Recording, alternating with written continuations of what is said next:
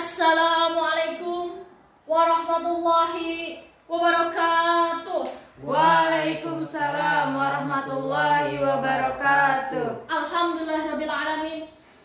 Nahmaduhu wa nasta'inu wa nastaghfiruh wa na'udzu billahi min syururi anfusina wa min sayyiati a'malina. May yahdihillahu fala mudilla lahu wa may yudlil fala hadiya lahu.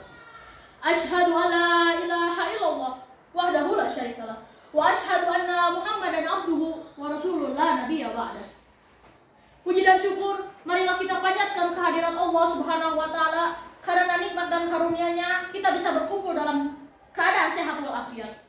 Shalawat serta salam semoga selalu tercurah limpahkan kepada baginda kita, junjungan kita, panutan kita, Habibana wa Nabiyana Muhammad sallallahu alaihi wasallam, kepada keluarganya, sahabatnya, tabi'in, dan kepada kita selaku umatnya di akhir zaman. Amin ya rabbal alamin.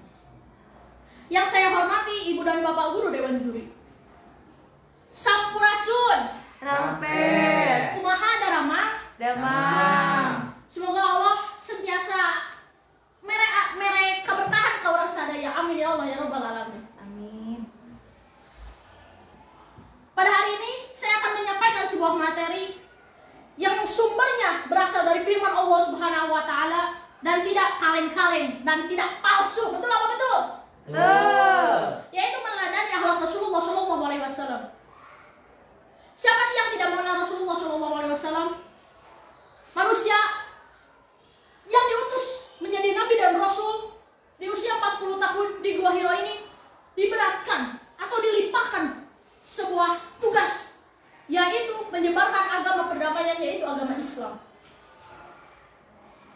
Rasulullah SAW diutus sebagai rahmatan lil alamin. Sudah tertera dalam Quran surat Al-Anbiya ayat 107.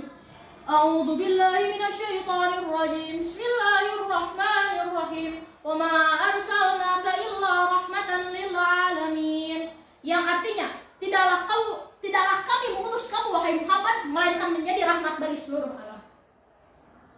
Walaupun Rasulullah SAW sudah diberikan kedudukan yang tinggi, sudah diberikan derajat yang tinggi, namun Rasulullah SAW tidak pernah menyepelekan kewajibannya terhadap Allah Subhanahu wa taala. Bahkan dia saja memikirkan umatnya sampai akhir hayatnya, beribadah sampai kakinya bengkak. Sudah sepantasnya kita sebagai umatnya menghargai ataupun menghargai perjuangan beliau kepada kita pada zaman dahulu. Salah satunya adalah meneladani akhlaknya. Allah berfirman dalam Quran surat Al-Ahzab ayat 21. A'udzu billahi minasyaitonir rajim. Bismillahirrahmanirrahim. Laqad kana lakum fi Rasulillahi uswatun hasanah. Yang artinya, sudah terdapat pada diri kamu Rasulullah SAW suri tauladan yang baik bagi kamu.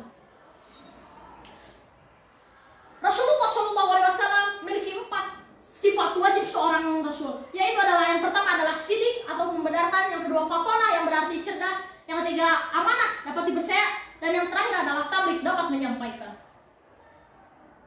Selain 4 sifat wajib tersebut, ada pun beberapa sifat yang kita bisa ikuti dalam kehidupan sehari-hari dan juga bisa memotivasi kita sebagai umat Rasulullah SAW. Yang pertama adalah pemaaf. Pemaaf bisa sifat pemaaf bisa menghantarkan kita kepada hidup kesejahteraan dan ketentraman. Contohnya saja, pada zaman dahulu Rasulullah SAW pernah berhijrah ke kota Taif. Namun naasnya bukannya disambut, melainkan dilempari batu sampai sekujur tubuh beliau berdarah. Namun Rasulullah bahkan Malaikat Jibril alaihissalam menawarkan agar gunung ditimpakan kepada kaum Taif tersebut. Namun tidak, Rasulullah SAW memaafkan dan membiarkan kaum tersebut karena mereka belum tahu siapa itu Rasulullah SAW. Yang kedua adalah sabar. Sabar merupakan sifat Nabi dan Rasul yang paling sering kita dengar.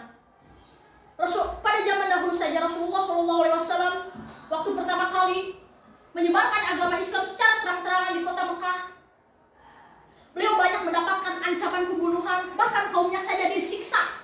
Siapa yang tidak kenal Bilal bin Rabah yang perutnya itu ditimpa oleh batu besar yang sangat panas dan akhirnya dibeli oleh Abu Bakar As-Siddiq radhiyallahu anhu.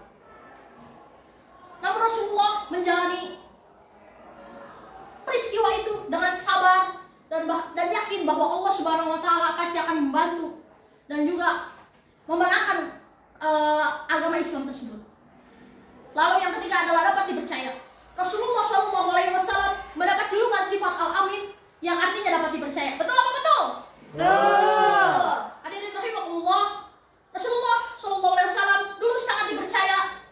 Dari etikanya, omongannya, perilakunya, semua dapat dipercaya. Karena itulah beliau diberi julukan Al-Amin. Lalu yang terakhir adalah pengasihi anak yatim. Bahkan sekarang banyak ya yang menghardik anak yatim dan menjadikan anak yatim sebuah candaan. Betul gak?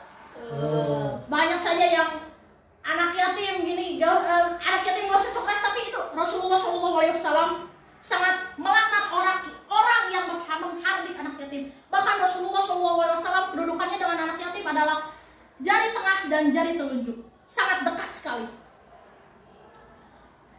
Rasulullah SAW merupakan suatu pribadi yang kita bisa ikuti, teladani, bahkan kita ikuti perilakunya dalam sehari-hari. Muhammad is person who needs to be followed because of him a noble character.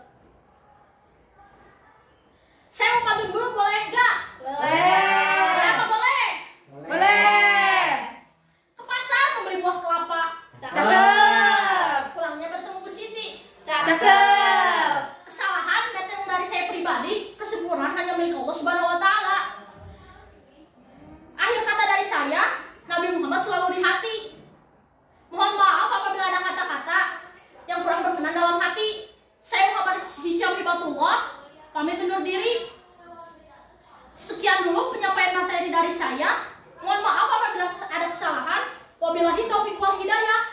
Wassalamualaikum warahmatullahi